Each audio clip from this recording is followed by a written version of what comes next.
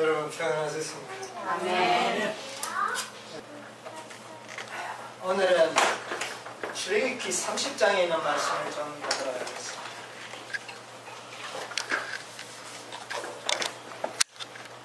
출애굽기 30장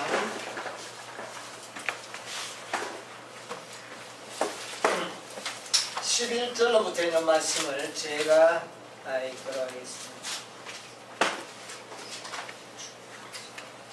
여호와께서 모세에게 일러 가라사대 내가 이스라엘 자손의 수요를 따라 조사할 때에 조사받은 각 사람은 그 생명의 속전을 여호와께 드릴지니 이는 그 계수할 때 그들 중에 온역이 없게 하려 합니다.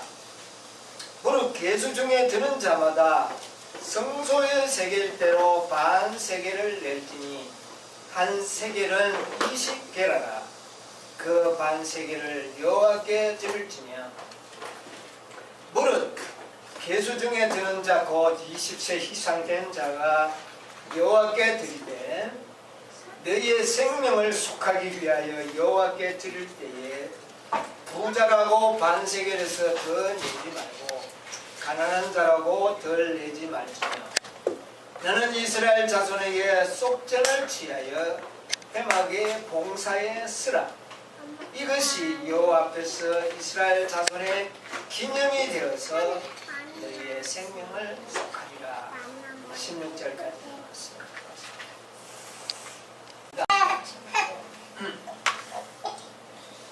이 반세겔, 이 하나의 반세겔, 한 세겔이 아니고 절반, 반세겔을 드리는 이 세금 제도를 말합니다.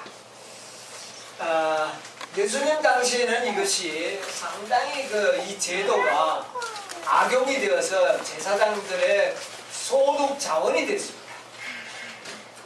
이것은 성소의 세겔로 드려야 되기 때문에 많은 이스라엘 백성들이 외국에 있다가 돌아오면 이 반세겔, 성전세를 내야 되는데 외국 돈으로는 낼 수가 없어요. 그러면 성소의 돈으로 바꿔야 합니다. 근데 이 바꿀 때에 굉장히 이 제사장들이 여기에 부정을 많이 했어요. 부정을 해서 그 부정한 돈들을 많이 착복하는 그런 일들이 있었던 그 사건인데 그 시발이 어디냐면 바로 이 출애굽기 30장에 나오는 생명의 속전입니다. 이것은 뭐냐면은 이스라엘 백성들이 애굽에서 나올 때에 그냥 60만 가량이 된다 그렇게 했는데 정확한 숫자를 계수하기는 그 이후에 계수를 했습니다. 20세 이상의 그 장정들만 이 수요에 들어갑니다. 그래서 이 세는 반세겔은 20세 이상 되면 누구든지 다 내야 합니다. 누구든지 다 내어서 이것은 어디에 사용을 했느냐 하면은 회막 봉사에 쓰라 그렇게 이야기했어요. 성막을 짓는 일에 사용하라. 제일 처음에 이것을 반세겔을 받았을 때는 이걸 가지고 뭘 만들었느냐 하면은 이 성막을 회막을 짓는데 판넬이 있죠. 판넬 이걸 쓰는데 밑에 반침, 은반침을 만드는데 이것을 다 사용을 했습니다. 그런데 이상하게 20세 이상 모든 사람들이 은을 반세겔씩을 냈는데 그 반세겔씩 낸 그걸 가지고 그 성막을 짓는 밑 받침대로 사용을 했는데 그 사용된 금과 속전으로 낸 반세겔이 딱 맞아 들어갔어요. 아주 그것이 딱 맞았습니다. 그 기록이 어디에 나오느냐 하면은 출애굽기 38장에 나옵니다. 우리 한번 참고적으로 좀 알아놓으면 괜찮을 것 같아요. 38장 25절로부터 보면 25절로 27절에 보면 그것이 나옵니다. 조사를 받은 회중이 드린 은은 성소의 세겔대로 100달란트와 1775세겔이니 조사를 받은 자가 25세 이상으로 60만 3,550명인즉 성소의 세겔대로 매인에게 은 한 배가 곧 반세겔이라. 은 100달란트로 성소의 판장 받침과 문장 기둥 받침 한 합계 100을 부어 만들었으니 매 받침에 한 달란트씩 합 100달란트요 1775세겔로 기둥 갈고리를 만들고 기둥머리를 사고 기둥 가름끈을 만들었으며 이렇게 나오는데 그 인구 그 조사받은 회중이 드린 그 은과 사용된 은이 어떻습니까? 똑같습니다. 예.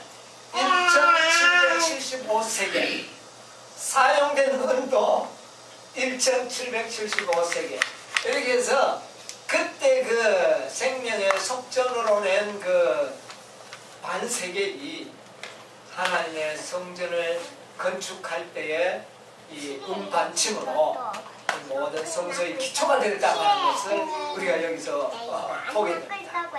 참 하나님께서 어떻게 이렇게 우리에게 아름다운 그 역사의 장면을 보여주고 있는데요. 이것을 갖다가 생명의 속전이라 그렇게 기록을 하고 있습니다. 그런데 이것을 하나님께서 모세에게 분향단을 만들고 난 다음에 속전을 내도록 지시를 하셨어요.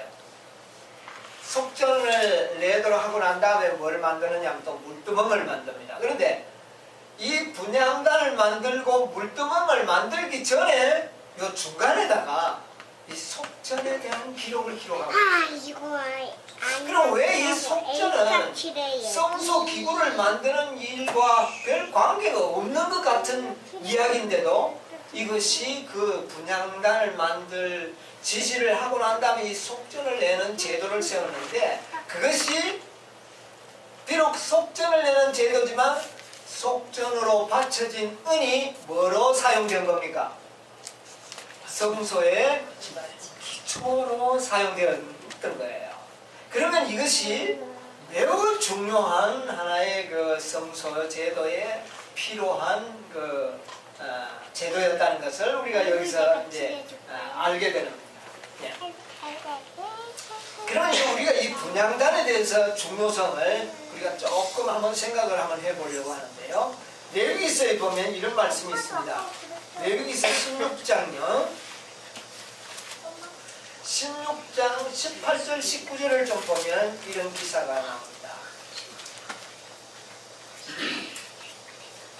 그는 여호와 단으로 나와서 그것을 위하여 속죄할지니 곧 그 수송아지 피와 염소의 피를 취하여 단 귀퉁이 뿔들에 바르고 또 손가락으로 그 피를 그 위에 7번 뿌려 이스라엘 자손의 부정에서 단을 성결케 할 것이요. 예, 여기에 단은 무슨 단이냐면 번제단이 아니고 분향단입니다. 그래서 대속죄일에 송아지의 피와 염소의 피를 취하여 이 분향단을 정결케 하도록 하나님께서 지시를 하셨어요. 예. 그래서 레위기 4장에 보면 또 이런 기사를 또 우리가 볼 수 있습니다. 레위기 4장 3절 좀 보도록 할게요. 만일 기름 부음을 받은 제사장이 범죄하여 백성으로 죄어를 입게 하였으면 그 범한 죄를 인하여 흠없는 수송아지로 속죄 제물을 삼아 여호와께 드릴지니 7절을 또 한번 보시실래요? 제사장은 또 그 피를 여호와 곧 회막안 향단 뿔에 바르고 그 송아지의 피 전부를 회막 문 앞 번제단 밑에 쏟을 것이다. 예, 이 분향단은 향단은 일반 번제나 소제를 드리는 장소가 아닙니다. 그런데 제사장이 죄를 지었을 때 그 제물의 피는 번제단에 바르지 아니하고 성소 안에 들어가서 분향단이라고 바르도록 만들었어요. 이거 좀 구분이 있죠. 예. 일반 우리 평민들이 죄를 지으면 그 피를 어디에 바르냐 하면은 번제단 뿔에 바릅니다. 번제단 뿔에 발라요. 그런데 제사장이 죄를 지었을 때는 그 피를 어디에 가서 뿌리면 그 회막에 뿌리고 난 다음에 어디에 바르느냐 하면은 향단 뿔에 발라요. 그래서 이 향단 뿔은 평소에는 제물의 피를 직접 바르지 않았어요. 그런데 제사장이 죄를 지었을 때는 번제단이 아닌 향단의 뿔을 바르도록 이렇게 또 지시를 하셨어요. 13절을 또 한번 볼게요. 만일 이스라엘 온 회중이 여호와의 금령 중 하나라도 그릇 범하여 허물이 있으나 스스로 깨닫지 못하다가 예, 18절.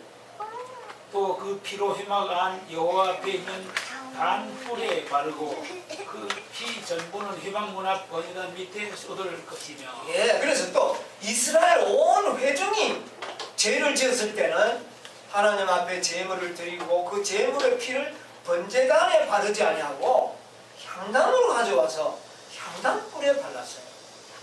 예, 그래서 제사장의 범죄와 이스라엘 백성 전체의 범죄는 이 향단의 뿔에 피를 바르도록 그렇게 했습니다. 그래서 이 분향단은 매우 신성성에 있어서 굉장히 중요한 그 신성성에 이렇게 나타내주고 있는 그런 것을 우리가 볼 수가 있습니다. 그래서 이 분향단의 매우 중요한 사명을 이야기하면서 이 제사장의 죄를 속하는 일과 회중들의 죄를 속하는 일의 속죄는 어디에서 이루어지느냐 하면은 향단까지 와서 향단에서 이루어지도록 이렇게 하나님께서는 명령을 하셨어요.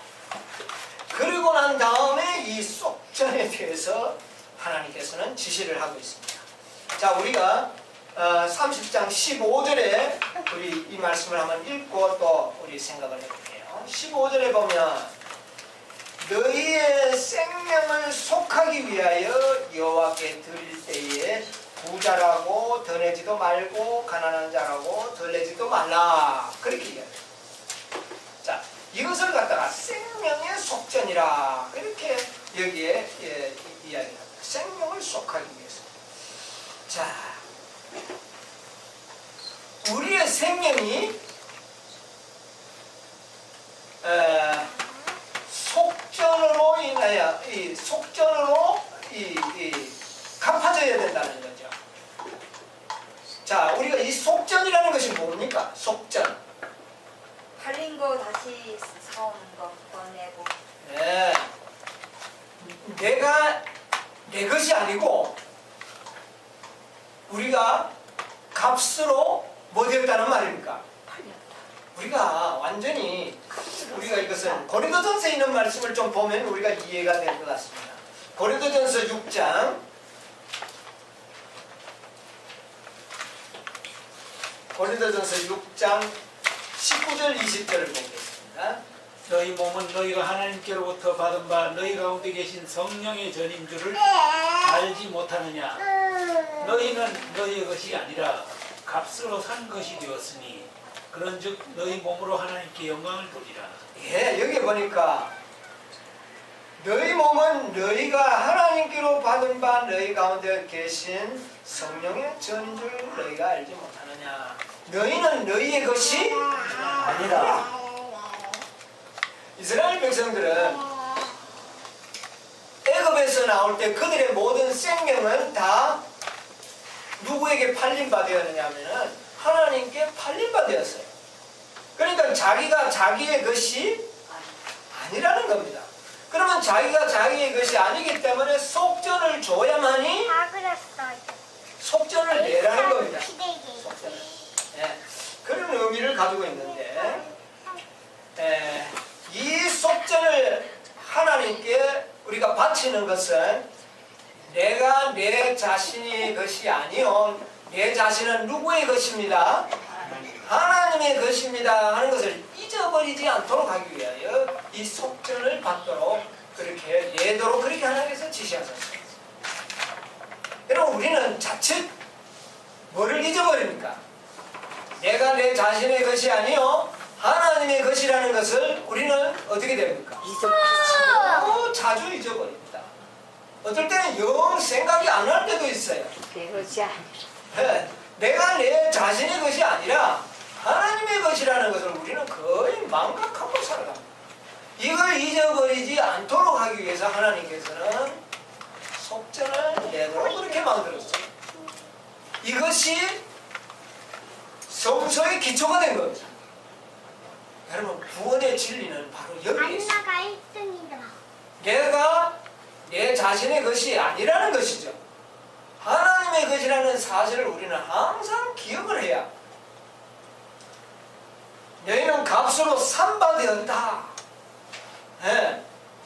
그래서 하나님께서는 이 사실을 잊어버리지 않도록 하기 위해서 이 속전을 이스라엘 백성들에게 매년 내도록 했어요. 매년. 그래서 처음에는 이 속전을 통하여 이 성소의 회막의 기초로 놓였지만 나중에는 이 속전을 받아서 뭐 하느냐면은 성전 수리 보수비로 사용했습니다. 성전에 여러 가지 경비가 필요하지 않겠습니까? 자체. 오늘날 우리 말하면 월정연금 비서대에 하는 거. 그래서 이것을 가지고 이제 성소의 여러 가지 수리 보수비로 사용하고 또 봉사자들을 위한 어떤 대가를 지불하는 일에 이 돌을 사용하도록 그렇게 만들었죠. 그 기록을 좀 보면은요.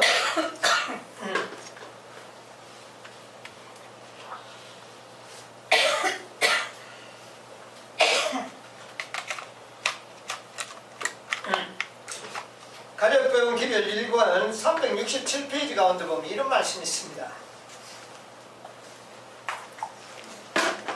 아브라함이 하나님을 믿음이 이것이 저에게 의로 여기신 바 되었느니라. 일하는 자에게는 그 삭슬 은혜로 여기지 아니하고 빚으로 여기거니와 일을 아니할지라도 경건치 아니한 자를 의롭다 하시는 이를 믿는 자에게는 그의 믿음을 의로 여기시나니. 유일한 율법에 순종하는 것이다. 율법은 의를 요구하는데 바로 이것을 죄인이 율법에게 빚을 지고 있다. 여러분 우리는 율법에 빚을 지고 있다는 사실을 잊어버리면 안 돼. 우리는 믿음으로 의롭다함을 받았지만 빚이 있다는 겁니다. 예. 교회증언 3권 160페이지 보면 이렇게 있어요. 우리는 우리들에게 주어진 모든 재능들에 대하여 우리를 존재하게 하신 분에게 빚을 치고 있다. 우리는 우리가 가지고 있는 모든 재능이나 모든 힘이 우리의 것이 아니고 우리를 존재하게 하신 분에게 뭐를 지고 있다? 빚을 지고 있다. 그런데 우리가 이걸 너무 잊어버리잖아요. 이것을 잊어버리지 않도록 하기 위하여 속전을 이스라엘 백성은 매년 바치도록 했습니다. 바칠 때마다 뭐를 기억해야 합니까? 나는 값으로 삼바되었고 나는 내 자신이 내 자신의 것이 아니라 하나님의 것이라고 하는 것을 기억하도록 합니다. 이것은 다시 말하면 믿음으로 말미암는 의를 잊어버리지 않도록 하는 제도였어요. 오늘 많은 셋째 천사의 기별을 믿노라고 하는 사람들이 무엇을 잊어버렸다? 믿음으로 말미암는 의의 기별을 어떻게 해요? 잃어버렸다 그랬어요. 왜 잃어버렸습니까? 우리가 속전을 바치지 않았기 때문에 그래요. 우리가 하나님 앞에 속전을 바치게 되면 이것을 기억나도록 하나님께서는 그렇게 계획하셨다는 것을 우리가 보게 되는데, 부조와 선지자에 있는 말씀을 좀 읽어드리면 이런 말씀이 있어요. 희생제사들은 사람에게 그의 죄를 항상 상기시켜주고 자신의 죄에 대한 참회가 동반된 시인과 약속된 구세주를 믿는 그의 믿음의 고백이 되도록 하나님에 의하여 제정되었다. 그것들은 타락한 인류에게 죽음을 가져온 것은 죄라는 엄숙한 진리를 깊이 명심시키려고 제정되었다. 아담에게 있어서 첫 희생은 가장 고통스러운 의식이었다. 그의 손은 하나님만이 주실 수 있는 생명을 취하기 위하여 돌려져야만 하였다. 그는 이때 죽음을 처음으로 목도하였다. 그는 자신이 하나님께 순종했더라면 사람이나 짐승이 죽는 일이 없었으리라는 것을 알았다. 무죄한 동물을 희생제물로 죽이면서 그는 자기의 죄가 흠없는 하나님의 어린 양의 피를 흘릴 수밖에 없다는 것을 생각하고 떨었다. 이 장면을 보고 그는 하나님의 사랑하는 아들의 죽음밖에는 속죄할 수 없는 그의 죄의 중함을 더욱 깊고 더욱 생생하게 느끼게 되었다. 그리고 그는 범죄한 자를 구원하시려고 이처럼 놀라운 속전을 지불하려 하시는 하나님의 무한하신 선하심에 경탄하였다. 자, 아담이 자신의 범죄로 인하여 죄 없는 한 마리의 동물이 죽는 것을 보면서 그는 하나님의 어린 양이 죽음으로써 내 죄가 어떻게 된다고요? 용서받는다 라는 사실을 깊이 깨닫게 되었다. 이것은 우리 인간들이 죽지 않고 살아있는 것은 바로 하나님의 아들이 우리를 대신하여 뭐를 지불하셨다? 속전을 지불하셨다는 것을 아주 생생하게 기억하도록 하기 위하여 그렇게 하셨다.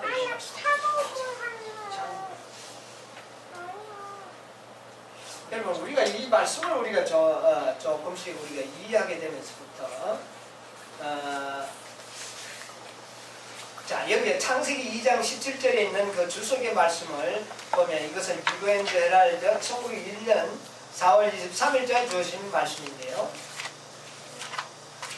아담이 유혹자의 말에 귀를 기울이고 그가 암시하는 대로 따랐을 때 그는 죄에 빠졌다. 그런데 왜 아담의 사형 집행이 즉각 시행되지 않았을까? 그 이유는 대속의 길이 있었기 때문이다. 하나님의 독생자께서 사람의 죄를 몸소 지시고 타락한 인류를 위하여 죄값을 지불하기를 자원하셨다. 하나님께서 만일 아담의 죄를 속전을 받지 않고 용서하셨다면 죄는 아무런 제재를 받지 않은 채 영원히 계속되었을 것이다. 이 속전을 바치도록 하는 이것은 믿음으로 말미암는 의의 진리를 우리 인간들이 잊지 않도록 만든 제도였습니다. 여기 보니까 하나님께서 아담의 죄를 속전을 받지 않고 용서했다면 이것은 죄가 영원토록 남아있었을 그런 경우가 된다는 것입니다. 왜 아담이 그날 죽지 않았는가? 뭐라고 설명을 하고 있습니까? 먹는 날에는 정녕 죽으리라 그랬어요. 그런데 아담은 그날 죽지 않았어요. 그 이유는 뭐가 있었다? 예수님이 속전을 받았기 때문에. 속전을 받았다는 거예요.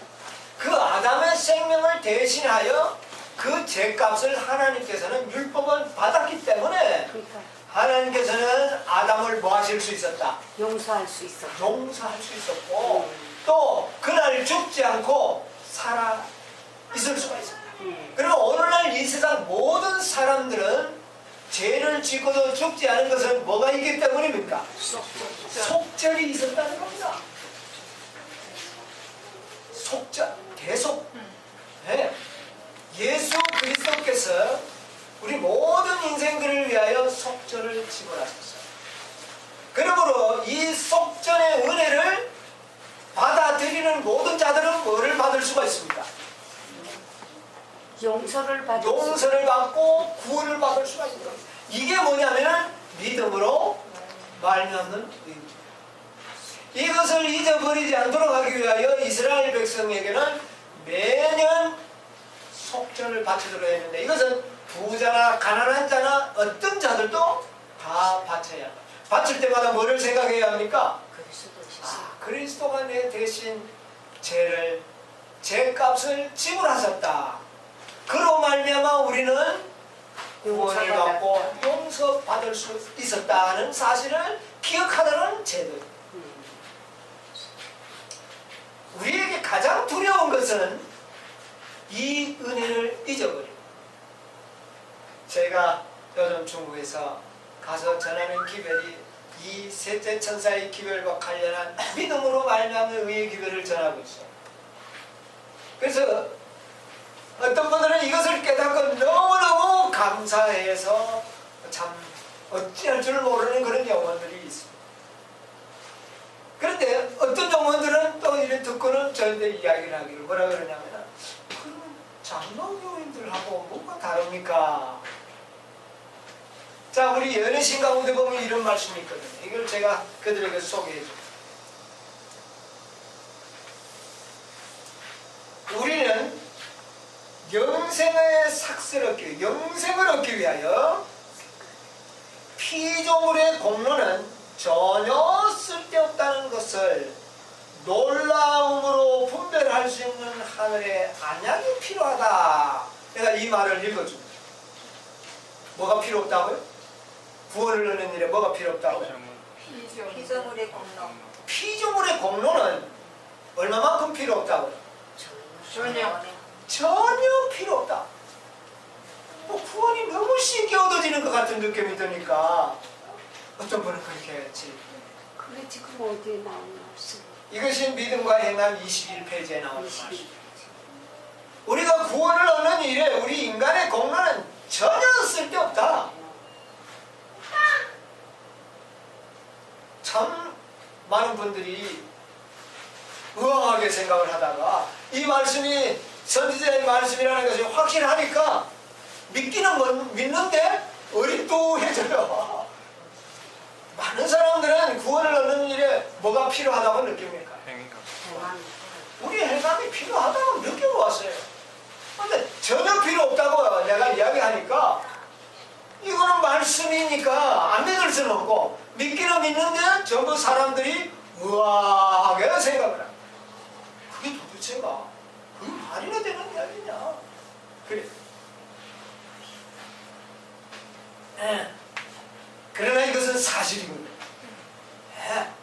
무엇 때문에 우리가 살고 있는데, 하나님의 아들이 우리의 죄값을 뭐하지 않았다면, 지불하지 않았더라. 속전을 내지 않았다면 우리는 이 세상에 존재할 수가 없는 거예요. 아무리 회개해도 용서가 있을 수 없는 거예요. 우리가 용서받고 의롭다함을 받는 것은 그리스도의 속전 때문에 있었다는 사실을 우리가 잊어버리면 안 됩니다.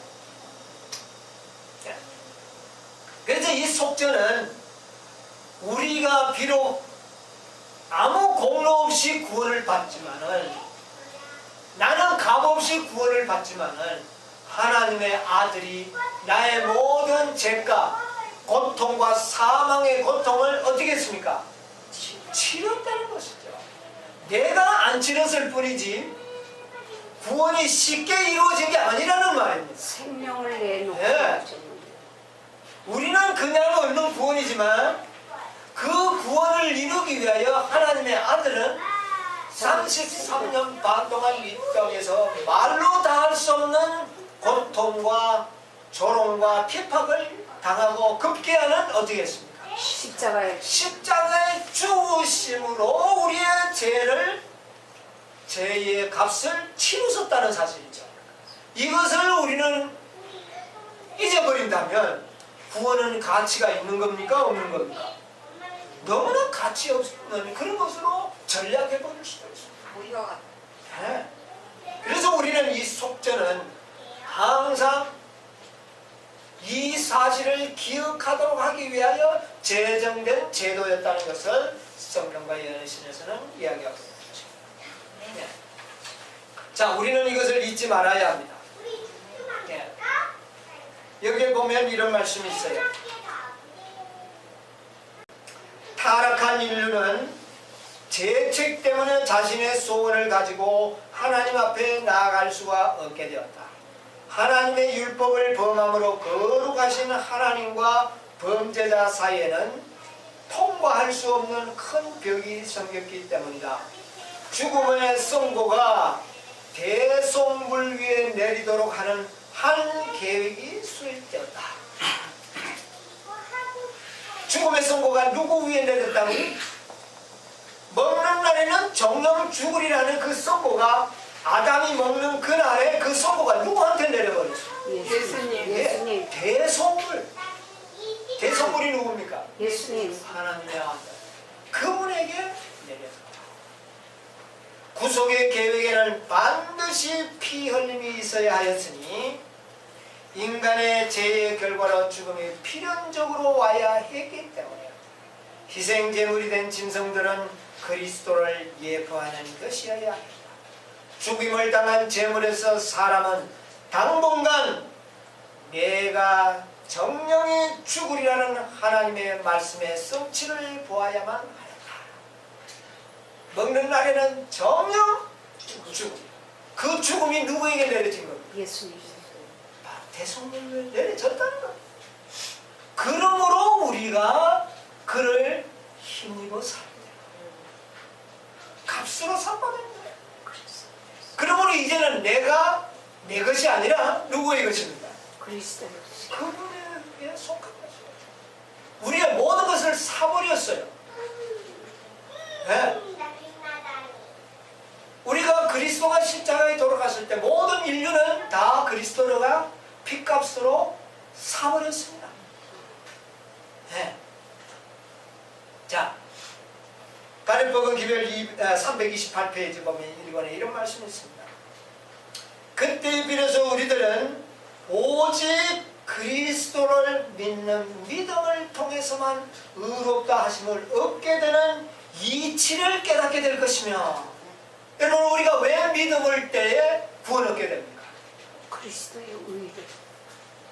여러분 우리가 믿음으로 구원을 얻는 일이 그냥 얻는 것이 아니라 너무나 비싼 값을 치르고 우리는 사실 어떻게 되는 겁니까? 얻는 얻게 거죠. 되는 거죠. 내가 치르지 않았을 뿐이지 우리 하나님의 아들께서 나의 생명의 값을 너무나 비싸게 값을 치르고 우리에게 주신 것이에요. 그러므로 우리가 믿음으로 구원을 얻는 일을 쉽게 생각하면 안 되고 아주 값싸게 얻은 것처럼 생각하면 안 되는 겁니다. 이 구원은 말로 표현할 수 없는 값을 치르고 내가 얻은 것이기 때문에 이것은 너무나도 귀한 것입니다. 그래서 이 구원의 이치를 우리가 깨달아야 된다는 겁니다. 이렇게 큰 죄인이 용서받을 수 있겠나? 이렇게 생각하면 안 돼요. 왜? 우리의 죄값이 너무나도 엄청나게 치러졌기 때문에 내가 어떤 죄를 짓더라도 회개하는 순간 우리가 용서받는 일은 너무나도 어떤 겁니까? 너무나도 당연한 겁니다. 어떤 면에서는. 그러므로 사단이 내 마음에 네가 그렇게 큰 죄를 짓고도 구원 얻을 수 있다고 생각하느냐 할 때 우리는 당당하게 구원받을 수 있는 자격을 어떻게 해야 합니까? 호소해야지. 주장해야 되는 겁니다. 내 죄가 비록 크지만 이 죄 때문에 하나님의 아들이 엄청난 속죄를 지불했기 때문에 나는 구원받는 일이 너무나도 당연함을 주장해야 된다. 아멘. 그러면 이게 복음이에요. 사단은 우리를 우리의 죄를 너무나 엄청난 것으로 자꾸 이야기합니다. 물론 엄청난 겁니다. 그러나 이 죄 때문에 치루어진 죄값은 희생은 이 죄보다도 더 어떻습니까? 더 엄청난 대가를 지불했기 때문에 내가 내 죄를 용서받는 일은 너무나도 겁니까? 당연한 당연함으로 아멘. 우리는 사단에게 큰 소리 칠 수 있다는 겁니다. 아멘. 다만 우리는 하나님께는 정말 우리가 감사해야죠. 그럼. 하지만 참소자들을 향할 때는 기죽지 말아야 된다는 겁니다. 아멘. 왜냐하면 내 죄값을 위하여 어마어마하게 큰 값이 치렀다. 그렇기 때문에 죄 용서받는 것은 당연한 것으로 믿을 수 있는 믿음이 우리에게 필요한 것입니다. 아멘. 여러분 이것이 얼마나 귀중한지 아십니까? 아멘. 오늘날 이 많은 사람들은 죄를 사단은 어떤 경우에는요 우리의 죄를 너무너무 크게 주장해가지고 이런 죄는 용서받을 수 없다고 생각하도록 만드는 경우들이 참으로 많이 있습니다. 지금 그래요. 예. 그때 우리는 뭘 생각해야 됩니까? 예수님을 생각하세요. 내 죄를 위하여 어떤 값이 치루어졌는지를 제대로 우리가 이해하게 될 때 믿음으로 말미암는 도리를 깨닫게 된다고 말합니다. 그러므로 구원받는 일은 너무나도 당연한 겁니다. 아멘. 예. 이거는 당연한 거예요. 그 당연함이 나에게 있는 것이 아니라 누구에게 있는 겁니까? 하나님의 은혜가 있기 때문에 그렇습니다. 아멘. 이 구원의 이치를 우리가 깨달아야 돼요. 예. 예. 이것을 우리가 이해하게 되시기를 바랍니다. 아멘.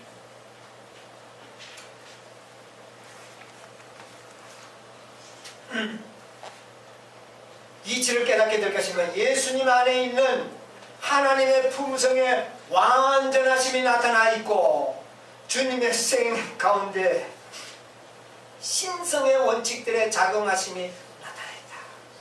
죄인은 그리스도의 대속하시는 피를 힘 입음으로서만 속박과 정죄에서 벗어날 수 있으며 오직 죄가 없으시는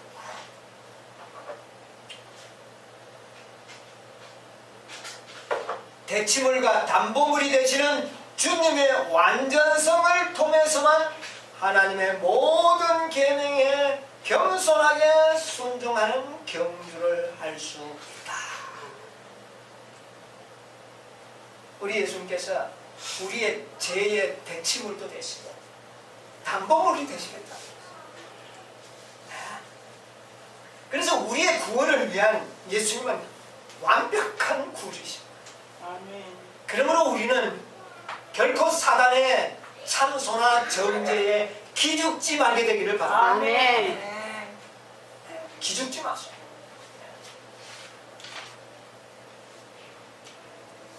그 다음에 또 여기에 보면 참 가려폰 기별 322페이지에 있는 말씀인데요. 이거 참 좋은 말씀입니다. 구원이 우리 모든 인간에게 이르게 된 것은 우리 구세주께서 무한하신 희생을 치르시고 형언할 수 없는 고난을 당하셨기 때문이다.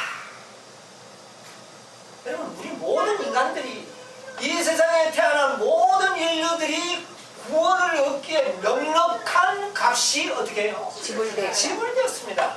아멘. 여러분 이 사실을 정말 이 세상 사람들이 안다면 얼마나 좋겠습니까? 여러분 우리가 주님이야 제가 주님을 믿습니다 하는 이 말 한마디에 우리가 구원을 얻을 수 확실하게 구원을 얻을 수 있는 이유는 바로 어마어마한 죄값이 치러졌기 때문에 이 사실을 믿는 자에게는 예수님께서는 모든 죄를 용서하시고 구원을 주실 수 있다는 겁니다. 아멘. 사단은 우리가 믿을 때 하나님이 구원을 주시는데 왜 구원을 주십니까? 항의를 할 수가 없어요. 왜 항의할 수 없는지 아세요? 엄청난 속전을 지불했기 때문에 사단은 이것을 이 사실을 죄인들이 알게 된다면 사단은 힘을 잃게 될 것입니다. 그러면 사실은 믿음으로 말미암는 의의 기별이 제대로 전파되면 사단은 힘을 잃어버립니다. 오늘 많은 사람들이 이 사실을 믿지 못한 것은 자신이 죄인이라는 것을 알고 그만 죄의 정죄에 눌려서 힘을 쓰지 못하고 그 다음에 많은 사람들은 구원이 하나님이 주시는 거지만 내가 뭐가 있어야 된다고 생각합니까? 나의 노력과 행함과 선행이 있어야 된다는 생각 때문에 감히 이것을 주장하지 못해요. 그러나 우리 피조물의 공로가 전혀 필요 없이 믿음으로 구원 얻을 수 있다는 사실을 인간들이 진실로 깨닫게 되면 아멘. 사단은 힘을 잃고 있다 그랬어요. 아멘. 놀라운 진리는 여러분 이 사실을 여러분 세포 속에 다 새겨 넣기를 바랍니다. 아멘.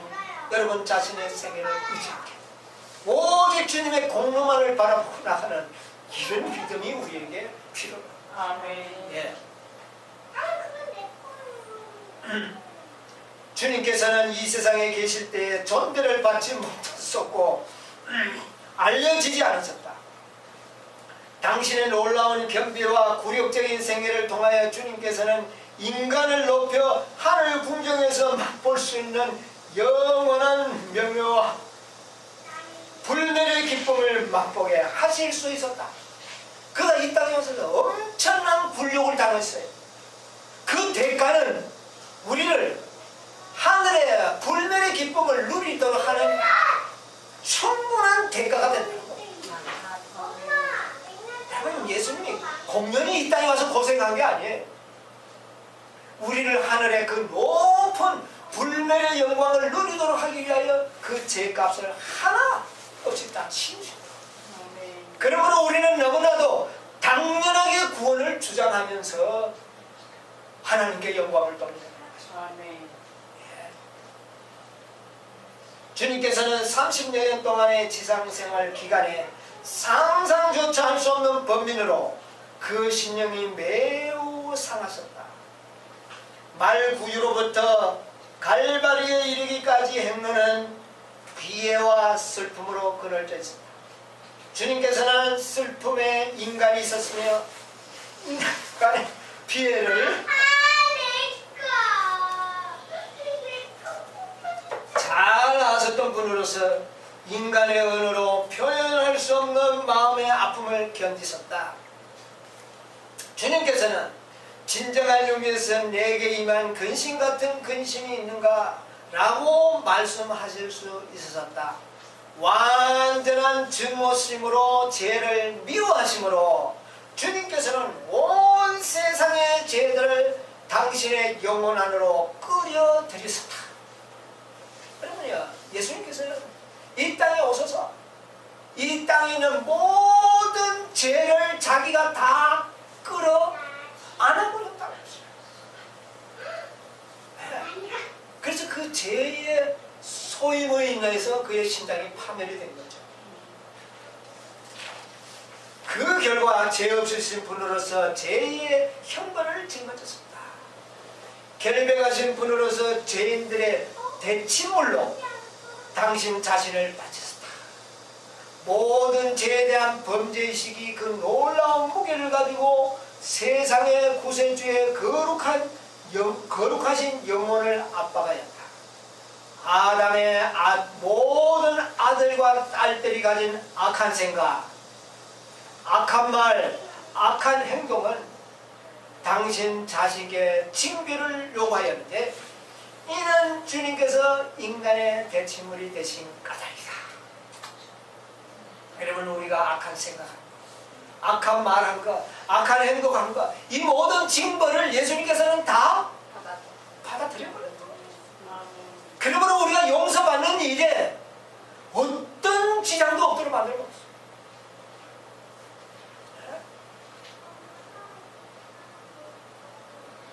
비록 죄의 범죄의식이 예수님 자신의 것이 아니었으나 주님의 심령은 인간의 범죄로 인하여 찢어지고 멍이 들게 되었으며 우리로 당신 안에서 하나님의 의가 되게 하시기 위하여 죄를 모르시는 주님께서는 우리를 위하여 죄가 되셨다.